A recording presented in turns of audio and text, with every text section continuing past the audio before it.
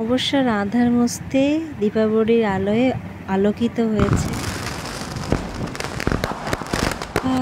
আজ হচ্ছে দীপাবলি 2025 আর কালী পুজো। তো বন্ধুরা, এখন দুপুরবেলায় এসেছি। আজকে আমরা সারাদিন মানে আমরা আজকে ময়দার জিনিসই খেয়েছি। কারণ হচ্ছে আমি আজকে উপোস করেছিলাম। অবশ্য করে উপোস বলতে ঘরেই মাকে একটু পুজো করে জল খেয়েছি। তো কোথাও গিয়ে এমনি পুজো দিয়ে এসেছিলাম একটা জায়গায়। তো তারপরে যে ওখানে অঞ্জলি দিতে যা পাচ্ছ সেভাবে না, কিন্তু আমি ঘরে মাকে পুজো করেছি, তার জন্যে ময়দাই খেয়েছি। আজকে আমি চালের জিনিস কিছুই খাইনি। তো চলো,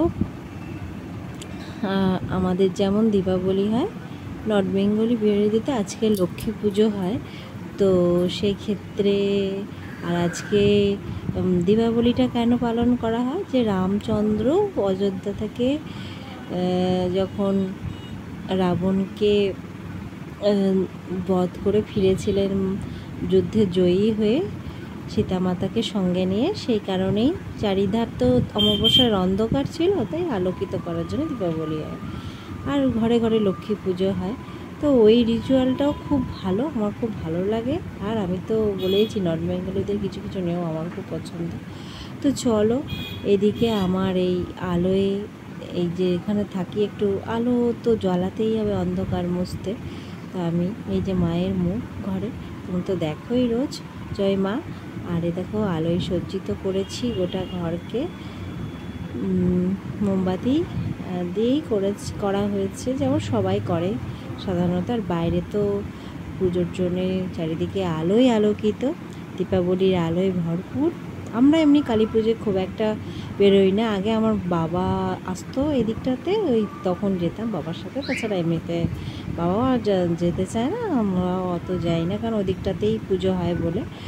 তো যাই হোক, এখন এদিকটাতে মা তো সব জায়গায়, নিজের অন্তরেই মা বিরাজমান, তাই না? তো চলো, আমি আজকে এই অমাবস্যার আলোয় চারিধার যাতে আলোকিত হয় সেই নিয়েই অনেক কথা হলো। এবার একটু খাওয়া দাওয়া, লুচি তরকারি আর এই যে মিষ্টি মুখ করে নিচ্ছি দীপাবলির। তো বন্ধুরা, তোমাদের এখান থেকে মিষ্টি মুখের শুভেচ্ছা।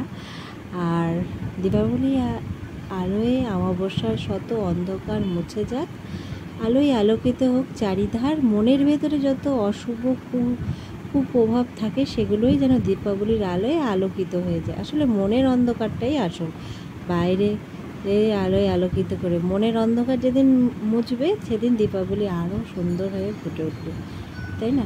তো চলো, আমার আজকে ব্লগ আমি এখানেই শেষ করে দিচ্ছি দীপাবলিতে। তো সবাই ভালো থাকবে, সুস্থ থাকবে। আর অবশ্য করেই আমার জন্য ভালো ভালো প্রার্থনা করবে।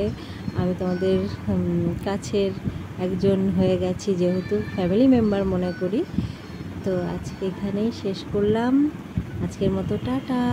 সবাইকে দীপাবলির অনেক অনেক শুভেচ্ছা, ভালোবাসা, শ্রদ্ধা জ্ঞাপন করে আমি আজকে আমার ব্লগটা এখানেই শেষ করছি।